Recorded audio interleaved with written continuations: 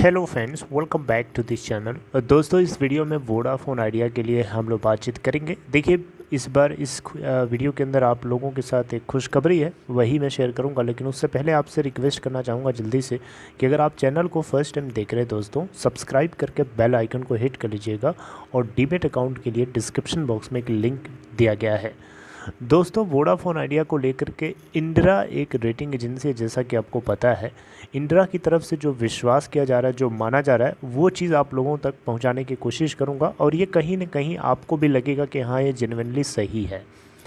देखिए, Vodafone idea को ऐसा यहाँ बताया जा रहा है कि लगभग 60,000 करोड़ रुपए तक का कैश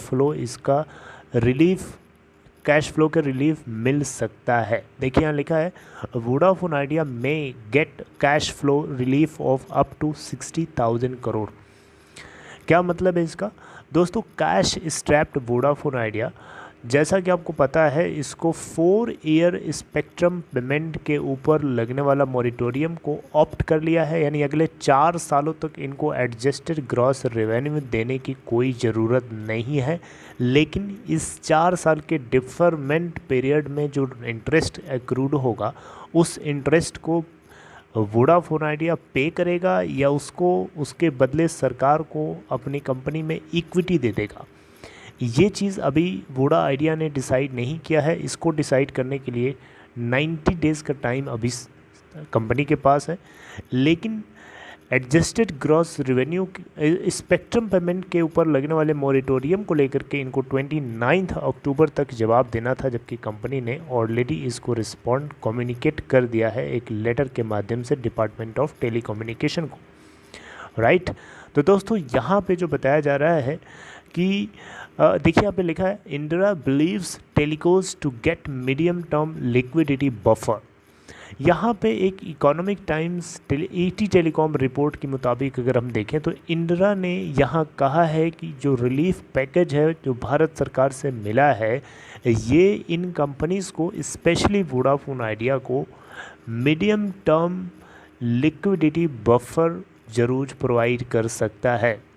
यहाँ पे एक चीज़ ज़रूर बताई गई है कि जो ये जो सरकार की तरफ से रिलीफ पैकेज है या ये जो लिक्विडिटी बफर क्रिएट होगा, इससे ये बिल्कुल कहना गलत होगा कि लाइबिलिटी कम हो जाएगी। लाइबिलिटी नहीं कम होने वाली है। एक्चुअली में देखा जाए तो वोडाफोन आइडिया की लाइबिलिटी जितनी है, देनदारी उतनी तो बनी ही रहेगी।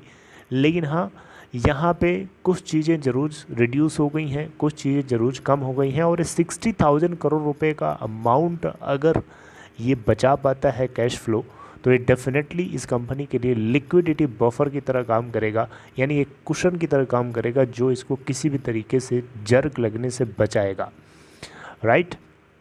आपको पता है वोडाफोन आइडिया 4G नेटवर्क और 5G नेटवर्क के वीडियो बहुत ही क्लोजली काम कर रहा है। किसी भी तरीके से कोई चूक नहीं होने देना चाहता है, अलग अलग लोगों से पार्टनरशिप कर रहा है। उसके ऊपर हम नेक्स्ट वीडियो में ज़रूर बात करेंगे, लेकिन यहाँ पे हम उसके बारे में बात नहीं करने जा रहे हैं। तो दोस्तों, यहाँ पे जो बताया गया है वो यही है कि इंड्रा ने, आप देख सकते हैं, Ind-Ra believes that because Vodafone Idea has already accepted the 4-year spectrum payment moratorium option, it can get cash flow relief of up to 60,000 crore. 60,000 crore रुपए का कैश फ्लो अगर कंपनी के पास रहेगा तो उससे कंपनी कहीं न कहीं पॉजिटिव डायरेक्शन में कुछ ग्रोथ दिखा सकती है। अब वो जहाँ पे भी दिखाए। तो दोस्तों, यहाँ पे अगर हम देखें तो सबसे बेस्ट थिंग ये है कि जो रिफॉर्म सरकार ने दिए हैं टेलीकॉम सेक्टर को, उसमें एडजस्टेड ग्रॉस रेवेन्यू की डेफिनेशन को चेंज कर दिया गया है। जो डेफिनेशन लाई गई है, इसी डेफिनेशन को पाने के लिए यही टेलीकॉम कंपनी सरकार से 12-15 साल से लगातार लड़ रही थी कोर्ट के अंदर, और फाइनली सरकार ने वही चीज़ करके दिया है। ये मेरे बात दिमाग में नहीं समझ में आती कि सरकार को जब यही चीज़ करना था तो पहले से लड़ाई क्यों लड़ रहा था। लड़ाई लड़ने के चक्कर में समय बर्बाद हुआ, पैसा बर्बाद हुआ दोनों पार्टीज़ का, और सुप्रीम कोर्ट की वजह से डिले होता गया मामला, और अल्टीमेटली नुकसान तो वोडाफोन आइडिया का ही हुआ ना। तो यहाँ पे खैर जो भी हो, भारत सरकार ने लॉन्ग बैटल को बिल्कुल भी ख़त्म कर दिया है। अब यहाँ पे नॉन टेलीकॉम रेवेन्यू जो होगा उसको एडजस्टेड ग्रॉस रेवेन्यू के अंदर कैलकुलेट नहीं किया जाएगा। यानी टेलीकॉम से आने वाला जो रेवेन्यू होगा उसी के ऊपर AGR देना है। नॉन टेलीकॉम से आने वाला रेवेन्यू AGR के दायरे में, AGR के एम्बिट में नहीं आएगा। Right, are you getting my point? तो दोस्तों यहाँ पे इंट्रा ने ये भी बताया है कि टेलीकॉम सेक्टर अब यहाँ पे बहुत सारे कंटिन्यूअस इम्प्रूवमेंट्स शो, आप देख सकते हैं, आप पढ़ सकते हैं, मैं पढ़ के बता रहा हूँ आपको। Intra said that telecom sector is now showing science of continuous improvement and the telecos might see their ARPU rising without any tariff hikes at all।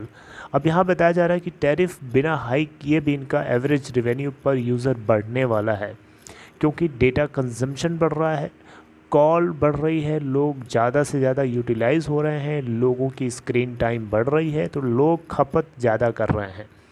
यहाँ पे हालांकि बताया गया है कि टैरिफ हाइक भी अगले 2 से 3 क्वार्टर के अंदर अंदर हो सकती है। ऑपरेटर्स अपने अपने लेवल से इसकी तैयारी कर चुके हैं। वोडाफोन आइडिया और भारती एयरटेल ने तो बेस प्लान को हटा ही दिया है, जिसके चलते रूरल पार्ट ऑफ इंडिया के अंदर जो इनके सब्सक्राइबर्स हैं वो फाइनेंशियली बहुत ही नीचे कमज़ोर हैं, वीक हैं, उन लोगों ने सिम को छोड़ दिया है, जिसके चलते मैंने आपको बताया था कुछ मिलियन पॉइंट में था 0.83 मिलियन के आसपास या 0.86 मिलियन के आसपास सब्सक्राइबर्स लॉस हुए हैं वोडाफोन आइडिया के। राइट, तो दोस्तों ये एक छोटी सी अपडेट अगर आपको अच्छी लगी हो तो आप इस वीडियो को लाइक शेयर कर सकते हैं। बाकी अपना ख्याल रखिए, मैं आपसे नेक्स्ट टाइम मिलता हूँ नेक्स्ट वीडियो के अंदर। Take care.